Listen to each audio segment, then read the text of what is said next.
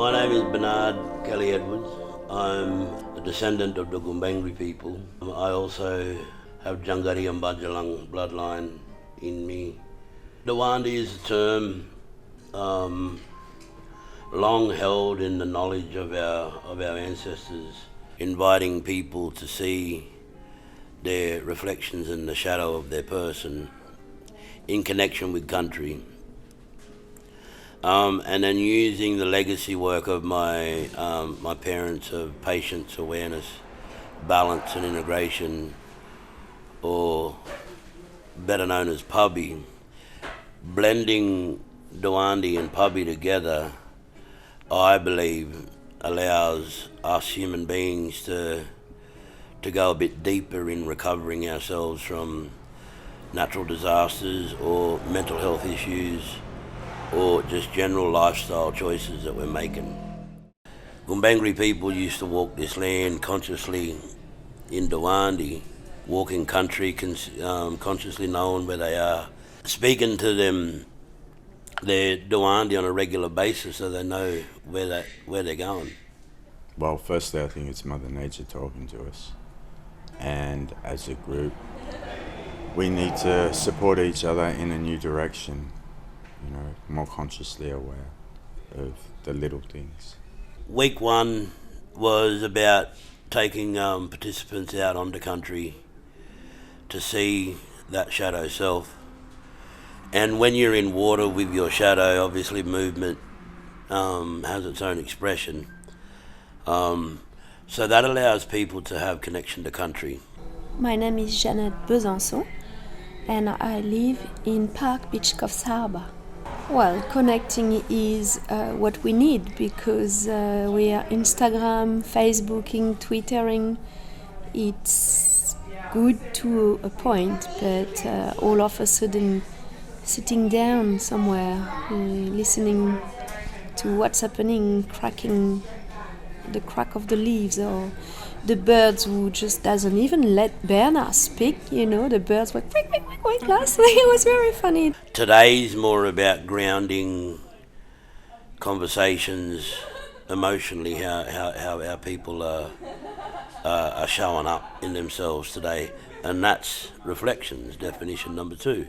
And then we'll gather poetry and artwork and stories to be exhibited in this space for week 3. So when you can get in a space and people start sharing themselves authentically, it's like that reflection that you might need, that you're like, oh, you know, everyone's actually going through this, and kind of takes a lot of the pressure off. So when people are going through stress or problems or recovering from disasters or whatever, they only know one way of recovery. And I mean, I'll speak quite openly. A lot of people are at the pubs drinking, talking about the fires, and you know, at restaurants having dinner and all that kind of stuff. And that's beautiful because they're talking about it. But the creative approach to it is that you're letting something deep within your spirit come through. I find I write a lot of music out of that space of not feeling good, and it's almost